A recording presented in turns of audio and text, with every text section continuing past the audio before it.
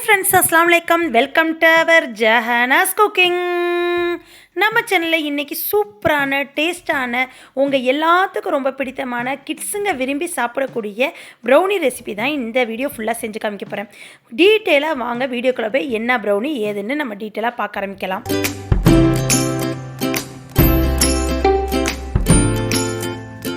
மக்களே, என்கிட்ட எல்லாருமே எக்லெஸ் ப்ரௌனி செஞ்சு போடுங்கன்னு சொன்னீங்க. நான் கண்டிப்பாக உங்களுக்காண்டியே இந்த வீடியோ தரமாக ஈஸி மெத்தடில் பெர்ஃபெக்டாக பிகினர்ஸோடு செய்கிற மாதிரி நான் கொண்டு வந்திருக்கேன். இந்த வீடியோவை மெஷர்மெண்ட் மாறாமல் நீங்கள் செஞ்சீங்கன்னா பெர்ஃபெக்ட் ஃபஜ்ஜியாக உங்களுக்கு எக்லெஸ் ப்ரௌனி கிடைக்கும். அதுக்கு ஃபஸ்ட்டு 100 கிராம்ஸில் தயிர் எடுத்துக்கிறேனுங்க. நல்ல கெட்டி தயிர். நீங்கள் கடையில் ஆவின் மட்டும் வாங்கிடாதீங்க, மற்ற தயிர் எடுத்துக்கோங்க.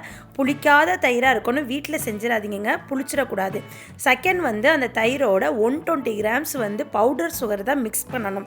மிக்ஸ் பண்ணி நல்லா மிக்ஸ் பண்ணிக்கோங்க. அதோட 1 டீஸ்பூனுக்கு வெண்ணிலா எசன்ஸ் சேர்த்துக்கோங்க. இப்போ இந்த சாக்லேட்டில் நான் 120 கிராம்ஸ் சாக்லேட், டார்க் சாக்லேட்டும், நெக்ஸ்ட்டு அதோட 25 கிராம் பட்டர் மட்டும்தான் நான் எடுத்திருக்கேன். இதை டபுள் பாயில் மெத்தடில் மெல்ட் பண்ணிக்கலாம். இல்லாட்டி ஒரு 10 செகண்டுக்கு மைக்ரோவனில் வச்சு நம்ம மெல்ட் பண்ணிக்கலாம். நெக்ஸ்ட்டு இப்போ நம்ம ரெடி பண்ணி வச்சுருக்க பவுடர் சுகர், அப்புறம் அதோட கர்ட், அப்புறம் வெண்ணிலா எசன்ஸ், இது எல்லாத்தையுமே நம்ம ஒரே பவுலில் மிக்ஸ் கொடுத்துக்கலாம். நல்லா மெர்ஜ் ஆகிற வரை நீங்கள் மிக்ஸ் கொடுத்துக்கோங்க. இந்த மாதிரி இருக்கும். நீங்கள் மிக்ஸ் கொடுக்குறப்பே உங்களுக்கு சைனிங்காக நல்லா உங்களுக்கு இந்த அளவு இருக்கணுங்க. இப்படி இருந்தால் மட்டும்தான் உங்களுக்கு பெர்ஃபெக்ட் ப்ரௌனி, ஃபஜ்ஜி ப்ரௌனி கிடைக்கும். இப்போ வெட் இன்க்ரீடியன்ஸ் எல்லாம் முடிஞ்சிருச்சு. இப்போ ட்ரை இன்க்ரீடியன்ஸ் பார்க்க போகிறோம். இப்போ நான் 90 கிராம்ஸுக்கு மைதா மாவு எடுத்திருக்கேன். நெக்ஸ்ட்டு அரை டீஸ்பூனுக்கு பேக்கிங் பவுடர் எடுத்திருக்கேன். 10 கிராம்ஸுக்கு கொக்கோ பவுடர் எடுத்துருக்கங்க. அதை நல்லா சளிச்சுக்கோங்க. சளிச்சு சேர்த்துக்கோங்க. ஏன்னா ஒரு சில கட்டிகள்லாம் இருக்கிறதுனால அது சளிச்சு சேர்த்திங்கன்னா மட்டும்தான் உங்களுக்கு பேக்காகி வர்றப்ப பெர்ஃபெக்ட் ப்ரௌனி கிடைக்கும். இப்போ அந்த கொக்கோ பவுடர் லைட்டாக கட்டி கட்டியாக இருந்துச்சு. அதை இந்த மாதிரி ஸ்பூனில் மட்டும் எடுத்து விட்டுக்கிட்டேன். அவ்வளோதாங்க. இப்போ நம்ம சளிச்சாச்சு. மீதி உள்ளதை வேஸ்ட்டில் போட்டுருவோம். நெக்ஸ்ட்டு இதை நல்லா கட் அண்ட் ஃபோல்டர் மெத்தடில் நீங்கள் நல்லா மிக்ஸ் கொடுத்துக்கோங்க. மிக்ஸ் கொடுத்து எல்லாமே மிக்ஸ் கொடுத்ததுக்கப்புறம் உங்களுக்கு ப்ரௌனியோட பேட்டர் ரெடி ஆயிரும்.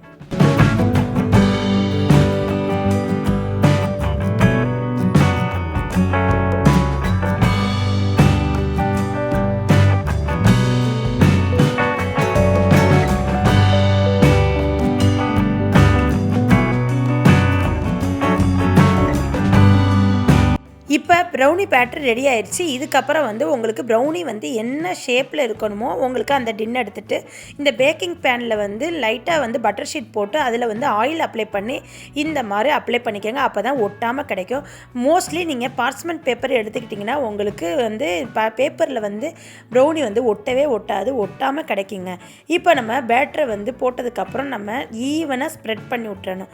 ஈவனாக ஸ்ப்ரெட் பண்ணதுக்கப்புறம் ஒரு டூத் பிக் எடுத்து லைட்டாக ஒரு லைன் பை லைனாக நான் பண்ணுற மெத்தடில் நீங்கள் பண்ணிக்கிட்டிங்கன்னா உங்களுக்கு பபிள்ஸ் ஏர் ஃப்ரீ ஆயிரும்.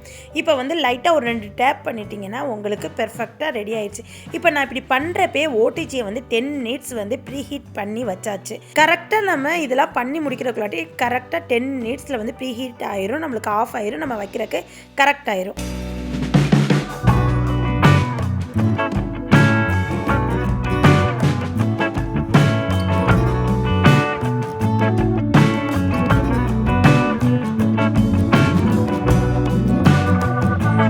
மக்களே, இப்போ நான் ஓடிஜி ப்ரீ ஹீட் பண்ணி வச்சுருக்கேன் 10 நிமிஷம். அதுக்கப்புறம் நான் இப்போ வச்சுட்டு 180 டிகிரிக்கு நம்ம டிகிரி செட் பண்ணிவிட்டு 2 பக்கத்து ராட் ஆன் பண்ணி முடித்தோன்னே நான் 35 மினிட்ஸ் வச்சுருக்கேங்க. எனக்கு இது கரெக்டாக இருக்குது டைம். 35 மினிட்ஸில் எனக்கு பெர்ஃபெக்டாக ப்ரௌனி ரெடி ஆயிடுச்சு, பேக் ஆகி.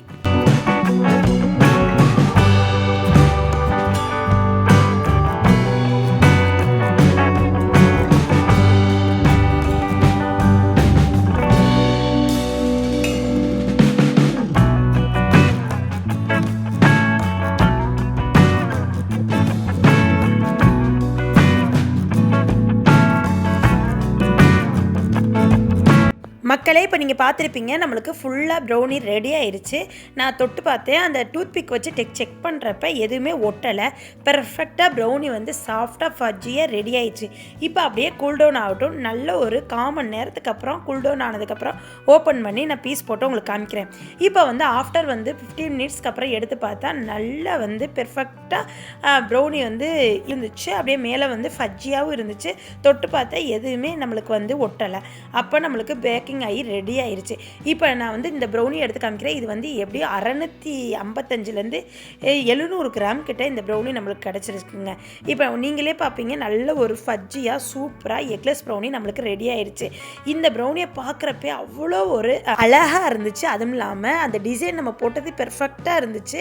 அது மட்டும் இல்லாமல் நம்மளுக்கு அவ்வளோ நம்ம பேக் ஆகிக்கிட்டு இருக்கப்பே அப்படி ஒரு வாசம் நாங்கள் ஒன்லி கேர்டை வச்சு தான் நம்ம செஞ்சுருக்கோம். எப்போவுமே இந்த கேர்டை வச்சு செய்கிறப்ப ஒரு 5 நிமிஷம் நம்மளுக்கு கூடவே எடுத்துக்கிறோம். நார்மலாக நீங்கள் எக்கை காட்டியுமே கேர்டில் வந்து வேகிறப்ப 5 நிமிஷம் கூட காமிக்கும். நீங்கள் ரொம்ப செக் பண்ணிக்கணும்.